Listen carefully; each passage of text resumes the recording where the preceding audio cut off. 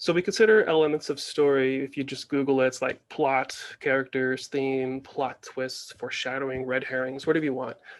The truth is that these are more like molecules rather than actual elements. There is a much deeper level that plot, characters, and themes have that we need to explore.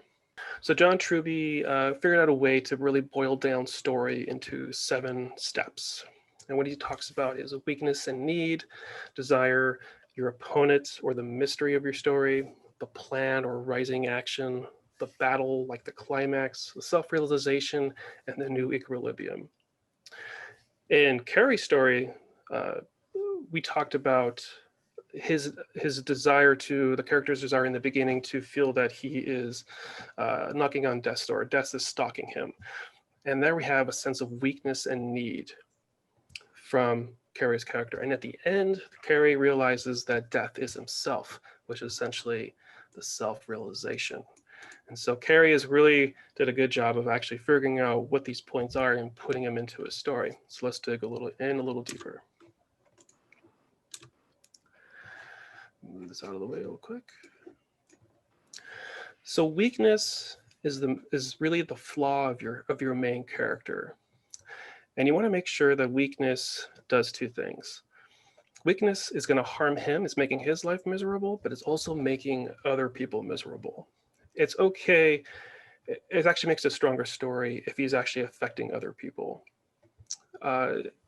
Because here's the 2 things about character weakness. People think that there's a psychological problem, which someone is either mentally ill and is hurting himself. That's a story. But the moral story is if someone is mentally ill and is hurting other people, or is unaware that he's actually hurting other people.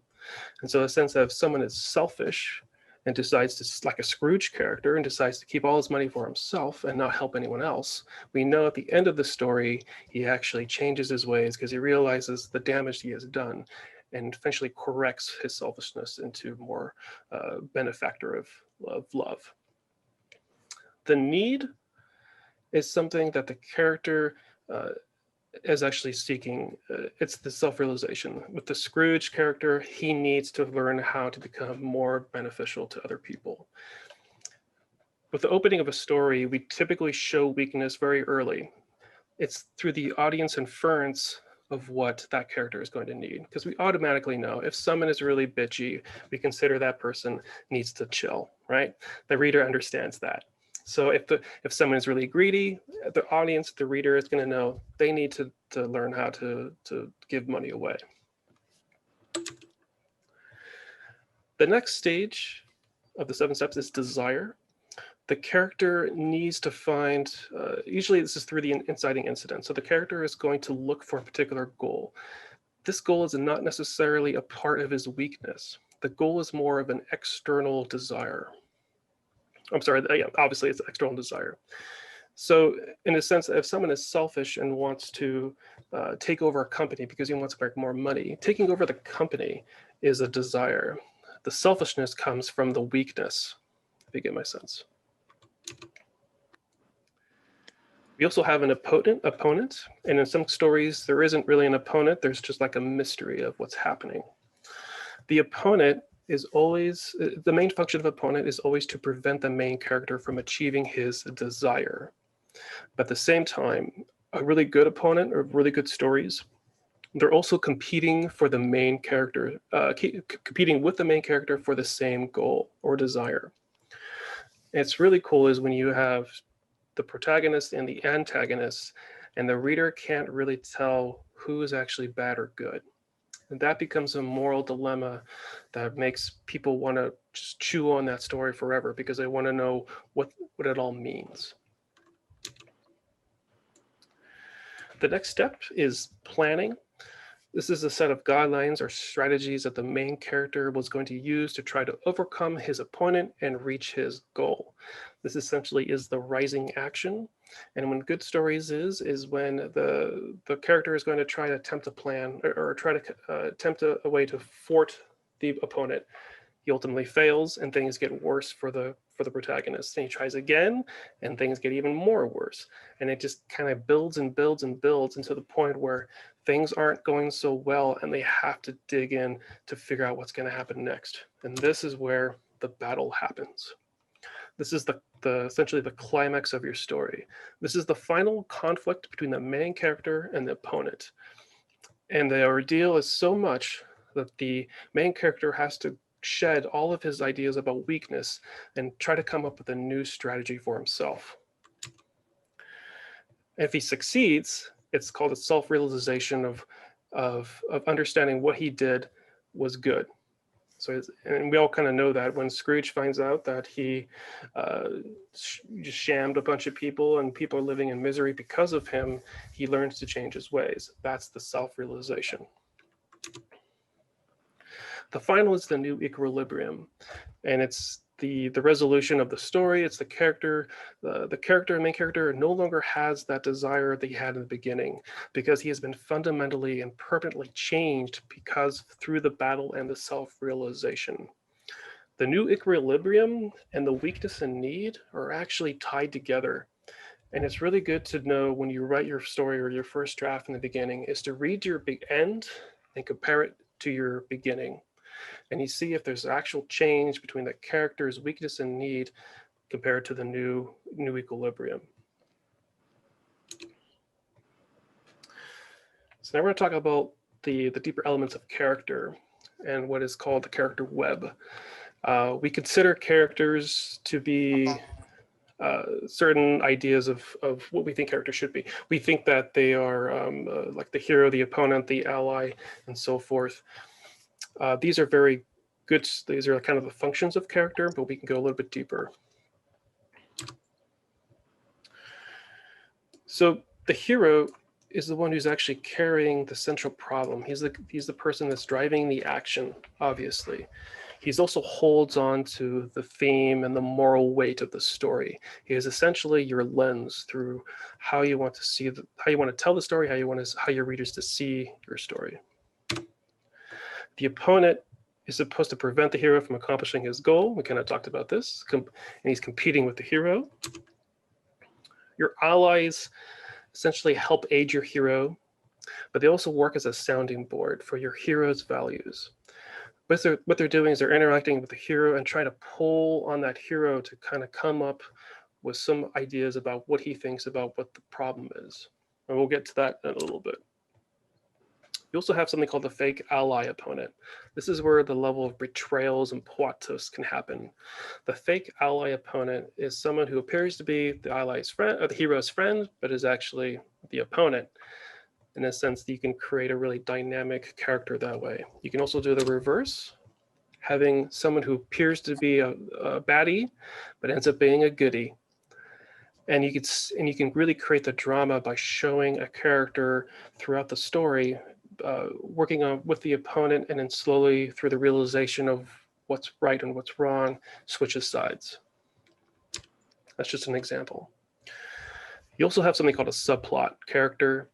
Subplots are supposed to kind of run a parallel with the actual story. They are not separate stories. What they are is actually these are stories that are having a same theme and the same premise and the same action or storytelling method, but they are in a variation of that. This helps you to compare and contrast what the hero is actually going through by showing another person doing the same thing. Ooh, that's not good. Okay. So this is where we talk about the character's web. When you create your hero, your main character, you want to make sure you understand what his weaknesses, his needs are, what his desires are, and what his plans are. And you can apply that to these different characters like the opponent, your fake ally opponent, or your ally. You can create any one of these. You can have multiple allies. This is just an example of a 4-character story. So what I'm trying to do here is each one of these has their own weakness, desire, and plan. They all kind of run within the same theme of the story. Essentially, these characters all want the same thing. They all want it in a different way. So it's pretty much like Democrats and Republicans. They all want the same thing, but man, they really want to do different things, don't they? It seems that way because that's how we see these two particular characters. So what an ally can do is that actually it can pull on the values and beliefs of the hero and try to get them towards what they want. And even if they actually agree with the hero, they might say, hey, maybe we should try this instead. And that is in direct conflict with what the hero wants, because the hero desires something a little bit different. And the same can be done here with a more extreme with the opponent, and it can be done here with a fake opponent. So the goal here is that the reader wants to learn what the hero actually believes by having these characters try to do a tug of war with each other and see what's happened and understand what the hero wants. Another idea about storytelling is creating symbols in your work. So when we heard about Carrie, I kind of mentioned that in his story, there's a lot of falling. The falling as a two-year-old, falling as an 8-year-old, falling as a 20-year-old. Those are actually symbols of his story, and it's a repeating process in his story. What's interesting is a lot of authors often name their books on the symbols that they're creating. So they heard either the title Eat, Pray, Love. These are essentially different symbols. Alien can also be a symbol because it talks about the alien creature. In the movie, in that horror film Alien, everyone is actually isolated like aliens.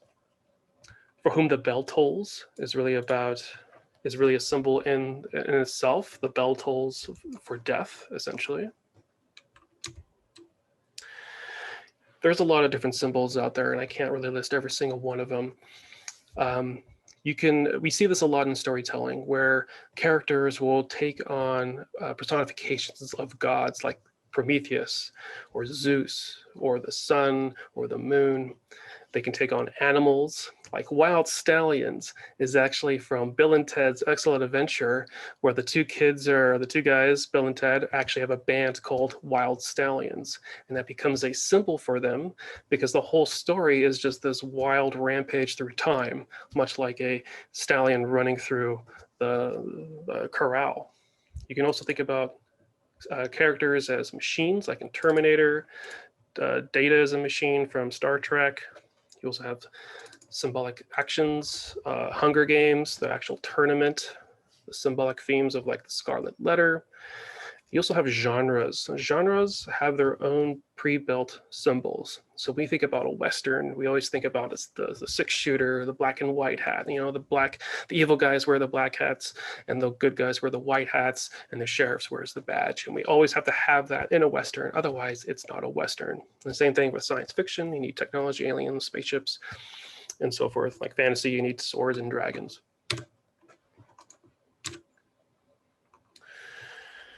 What you want to do as a writer, you want to actually start to build up these types of symbols in your story.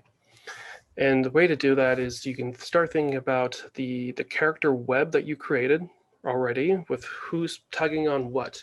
And if a character like the opponent is doing something to the protagonist, you can try to figure out a way to create a symbol around that. And that symbol could be an image of, say, maybe it's a 6-shooter, maybe it's the feeling of cold metal, those types of things. And you want to bring in as many as you can to really start to illustrate certain themes in your story.